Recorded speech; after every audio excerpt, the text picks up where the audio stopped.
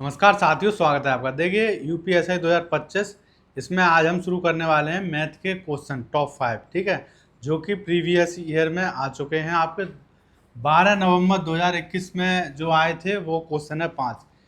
इनको करके आपको पता चलेगा कि मैथ कितनी आसान आती है, लेकिन बहुत से लोग मैथ से ही डरते हैं, ठीक है। ऐसा कोई हुआ नहीं है मैथ कि इसके क्वेश्चन आपसे ना हो। बहुत सिंपल क्वेश्चन आते हैं एसआई में, यदि आप थोड़ी भी मेहनत करते हैं। यदि आप मेरी क्लास भी देख लेते हैं डेली, तो आपके मैथ में आराम से 40 में से 35 नंबर आ जाएंगे, ठीक है। तो चलिए शुरू करते हैं, देखते हैं कौन कौन से टॉप 5 क्वेश्चन हैं बढ़िया बढ़िया। तो देखिए पहला क्वेश्चन ये है जो आज की वीडियो का है कि समय और काम का। इसमें 3 लोग काम करते हैं अलग अलग, ठीक है। अब 3 लोग हैं, तीनों की क्षमता भी अलग होंगी। तो समय काम में कुछ नहीं होता, एक काम हमको निकालना होता है और हर व्यक्ति की क्षमता। ये दो चीज़ अगर हम पता कर लें तो पूरे सवाल में कुछ भी पूछा हो वो हम बता सकते हैं। और एसआई में बहुत सिंपल क्वेश्चन ही आते हैं समय काम के, ठीक है। तो देखते हैं यदि, और ये जो क्वेश्चन आया है इसी टाइप का एक और आएगा, इस बार भी आएगा, लेकिन थोड़ा बस उसमें क्या होगा, नंबर चेंज कर दिए जाएंगे। 3 व्यक्ति के स्थान पे एक व्यक्ति ही पूछ सकता है, 2 व्यक्ति ही पूछ सकता है। हम कुछ भी निकाल सकते हैं यदि हमने एक बार काम निकाल लिया और व्यक्तियों की क्षमता निकाल ली, ठीक है। तो देखिए x एक कार्य को 126 दिनों में पूरा कर सकता है, y एक कार्य को 210 दिनों में पूरा कर सकता है और z उसी कार्य को 280 दिनों में पूरा कर सकता है। इसका मतलब क्या है, सबकी क्षमता अलग अलग है, ठीक है। अगर अकेला व्यक्ति करेगा तो इतने दिनों में पूरा कर सकता है उस काम को। यदि x, y और z एक साथ काम कर रहे हैं तो उन्हें कार्य पूरा करने में कितने दिन लगेंगे, ये पूछा है। ये पेपर में आया था आपका 12 नवंबर 2021 में पहली पाली में, ठीक है। अब इसमें आप सीधे सीधे देख सकते हैं कि अगर अकेले कोई काम करेगा तो ज़्यादा टाइम ही लगेगा, लेकिन एक ही काम को यदि तीनों मिलकर करेंगे तो टाइम कितना लगेगा, कम ही लगेगा, ठीक है, बहुत जल्दी पूरा हो जाएगा। तो इसमें सबसे पहले हम क्या करते हैं, जो 3 लोग हैं तो तीनों को लिख लो, x, y और z, ठीक है। अब इनके आगे लिखनी है हमें दिन। 100 x कितने दिन में कर रहा है, 126 दिनों में। y कितने दिन में कर रहा है, 210 दिन में। और z कितने दिन में कर रहा है, 280 दिन में, ठीक है। अब हमें इनका एलसीएम निकालना तीनों का। तो हमारे पास क्या आ जाएगा, काम आ जाएगा टोटल कि इन्होंने कितना काम किया है। तो एलसीएम निकालने के लिए अब इसमें क्या है, यदि यही वो कह देते हैं कि 3 दिन में करता है, 4 दिन में करता है और 5 दिन में, तो एलसीएम भी बहुत आसानी से आ जाता। इसमें थोड़ा हमें कैलकुलेशन करनी पड़ेगी। तो 126 मैं पूरा करके दिखाऊंगा, ये नहीं आप पे आता होगा तो मैं छोड़ दूँ, ठीक है। 210 और 280, बहुत से बच्चे ऐसे हैं कि उन पे नहीं होता। 280, ठीक है। इसका जब हम एलसीएम लेंगे तो हमें बस सिंपल करते जाना। तो पहले 2 से काटेंगे तो ये चला जाएगा 2 छक्के 12 और 2 तिया 6। ये इसे कितनी बार जाएगा, 105, 105 बार, ठीक है। इसको देंगे तो ये आ गया 140। अब देखिए 2 से ये नहीं जाएगा तो अब हम इसको कर देंगे 7 से। 7 नीम 63 और 7 एकम 7, 7 पंजे 35, 7 दूनी 14, ठीक है। अब ये किससे कटेगा, देखिए 3 से भी कट रहा है। 3 तिया 9, 3 पंजे 15, 20 का 20 ऐसे ही लिख लिया। अब इसे हम 5 से दे सकते हैं, 5, 3 ऐसे ही लिखेंगे, 5 एकम 5, 5 चौक 20। अब 3 और 4 तो कटेंगे नहीं, तो 3 और 4 ऐसे के ऐसे आ गए। अब इनका गुणा कर लीजिए। तो देखिए ये तो हो गए 14 इंटू 15 और ये 3 चौक 12 इंटू 12। जब इनका गुणा हम करेंगे तो 14 का 15 में करेंगे तो 14 पंजे 70 और 7 बचे, 14 कम 14 और 7 21, ठीक है। तो ये आ गया 210 इंटू 12। इसका गुणा इसमें करेंगे तो 0 का 0, 12 कम 12 हासिल लगा 1, 12 दूनी 24 और 1 25। तो एलसीएम कितना आ गया, 2520, ठीक है। अब मैं इसे मिटा देता हूँ तो ये एलसीएम आ गया 2520, ठीक है। तो ये क्या है, कुल कार्य है ये आपका, इन तीनों का कुल कार्य। कुल कार्य निकल आएगा तो हमें क्षमता भी निकल जाएगी, क्योंकि इसकी क्षमता अकेले की कितनी है, 126, ठीक है। तो इसका जब 126 दिन में ये पूरा कर पाता है, जब दिन का भाग हम कुल कार्य में करेंगे तो इसकी क्षमता निकल आएगी x की। तो 126 का जब इसमें हम भाग करेंगे तो कितना आएगा, ये आएगा 20। ठीक है, 2 बार जाएगा, सीधे सीधे कट रहा है। और 210 का जब इसमें हम भाग करेंगे तो 12 आ गया, 12 बार जाएगा, और ये जाएगा 9 बार। ठीक है, तो ये आ गई इनकी क्षमता, इसे हम कहेंगे क्षमता। तो ये क्षमता आ गई। देखिए x की क्षमता है 20, y की क्षमता है 12 और z की क्षमता है 9। ठीक है, अब ये क्षमता का मतलब क्या है कि इस कार्य को z यदि करेगा तो इतने दिन में अकेला कर पाएगा, 280 दिनों में। लेकिन z एक क्षमता का मतलब ये होता है कि 9 काम वो एक दिन में करेगा। इतनी क्षमता है कि वो एक दिन में 9 काम कर सकता है। ठीक है, तो इतने दिनों में इतना काम हो जाएगा सीधे सीधे। तो अब हमसे क्या पूछा है, अब कुछ भी पूछा हो वो हम निकाल सकते हैं कि तीनों को पूरा कार्य करने में कितने दिन लगेंगे। तो पूरा कार्य कितना है, 2520 बटे तीनों का पूछा है ना, तो x plus Y plus Z इनकी क्षमता जो भी ये है। ठीक है, तो ये आ गया 2520 बटे इनकी क्षमता हो गई आपकी 20 और 9 29 और 12 41। ठीक है, जब इसका हम भाग करेंगे तो ये आ जाएगा, देखिए ये कितनी बार जाएगा, 6 बार, 4 6 24। ठीक है, उससे ज़्यादा नहीं आएगा। और एक सही, इसमें कितने बचे शेष, 19 बटे 41। ये आंसर है, सीधे सीधे कर दिया। आप कैलकुलेशन भी कर सकते हैं, उसमें कोई ऐसी बात नहीं है, हर कोई कर लेगा। ठीक है, तो इसमें बस आपको 41 का भाग देना है और वो हर कोई जानता है। अब देखते हैं अगला क्वेश्चन। अब देखते हैं ये अगला सवाल। देखिए कितना सिंपल सवाल आया, इसमें x का मान पूछ रहा है। ठीक है, इसे तो हर कोई कर सकता है, बस कैलकुलेशन करनी है। अब आप सोच सकते हैं इतना सिंपल सवाल कांस्टेबल में आता है, ठीक है, ग्रुप डी में आता है, उसमें भी नहीं आते इतने सिंपल जितने कि एसआई में आते हैं। ठीक है, बिना बात के लोग डरते हैं। इसमें क्या करना है, x को हमें इधर रखना है, बाकी जितने भी हो सबको। सबसे पहले ब्रैकेट को सॉल्व करेंगे, तो इसमें से इसको घटाना सीधे सीधे। तो देखिए 23,610 में से घटाना हमें 22,763। ठीक है, तो जब इसको इसमें से घटाएंगे तो कितने बचेंगे, देखिए 10 में से ये गया 7 और यहाँ पे 4, 5 15 में से 7 गए तो बचे आपके 8, यहाँ पे 0 0, 847 बचे। ठीक है, तो ये आ गया आपके 847 इंटू 11 और इधर क्या है √x इंटू 121। ठीक है, अब √x इधर ही रहेगा, 121 को इधर ले जाएंगे तो बटे में आ जाएगा 847 इंटू 11 बटे 121। देखिए 11 से ये 11 बार कटेगा क्योंकि 11 का रूट होता है, तो 11 आ गया।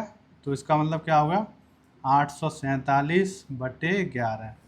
जब इसको सॉल्व करेंगे तो कितना आएगा, 11 से 11 सत्ते 77, कितना बचा 7 बचा, तो 11 सत्ते 77, 7 बार गया, तो √x का मान आ गया 77। ठीक है, अब जब इसको रूट को हम ख़त्म करेंगे x का मान निकालने के लिए, तो दोनों तरफ वर्ग करेंगे, तो वर्ग करेंगे तो इसका रूट तो ख़त्म हो जाएगा, इधर क्या हो जाएगा 77 का वर्ग हो जाएगा। ठीक है, ये हो गया 77 का वर्ग, तो इसे हम लिख सकते हैं 77 इंटू 77।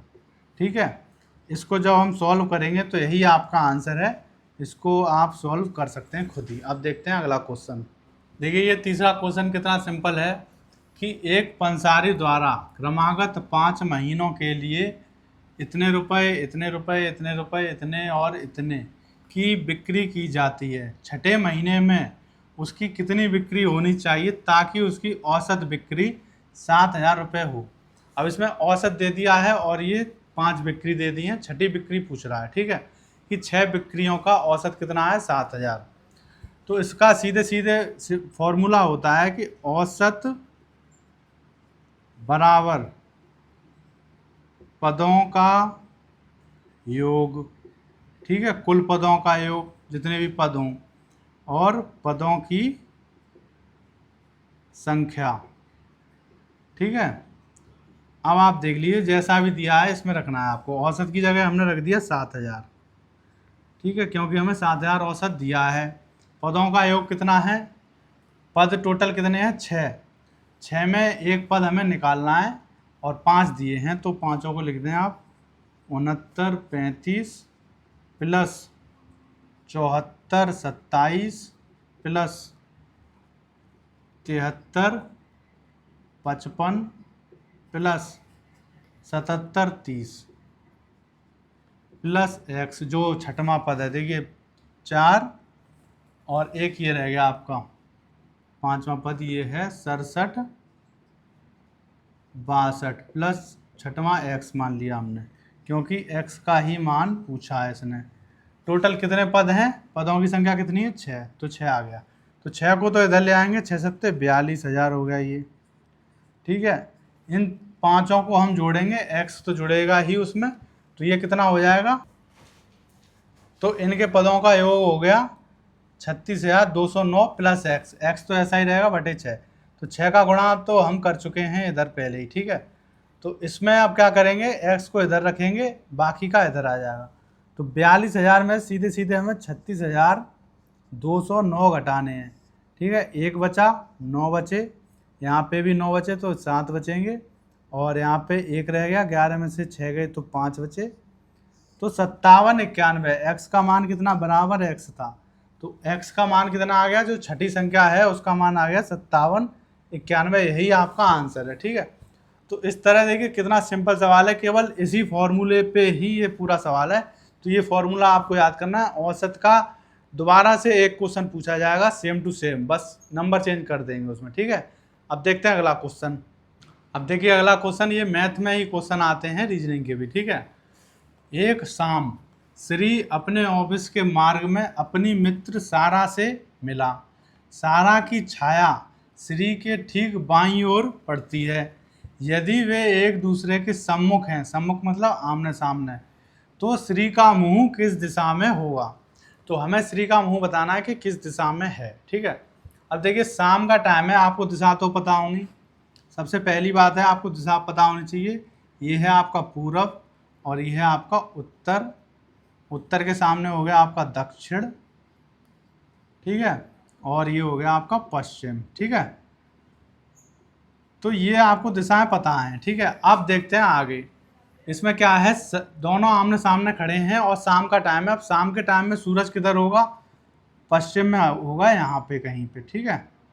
जब इसकी छाया पड़ेगी तो अब दोनों लोग खड़े हैं, उसकी छाया किधर पड़ रही है, जब इधर है तो छाया, कोई भी व्यक्ति खड़ा होगा चाहे उसका मुंह किधर भी हो, उसकी जो छाया है, जब सूरज इधर है तो उसकी छाया पूरब की तरफ ही बनेगी।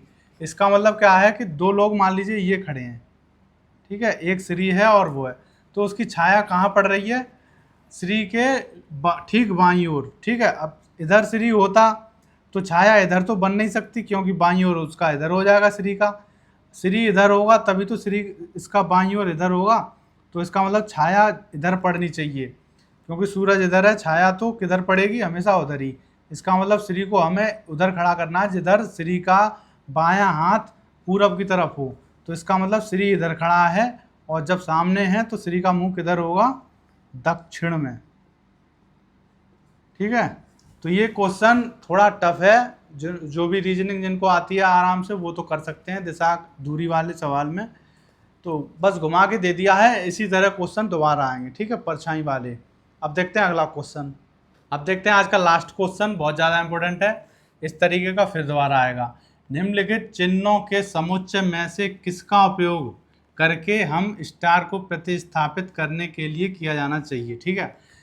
अब ये ऑप्शन है आपके, तो इसमें से कौन से चिन्ह लगेंगे यहाँ पे, देखिए दो इधर हो गए स्टार के लिए, दो वाले चिन्ह इसके लिए हो गए, ठीक है।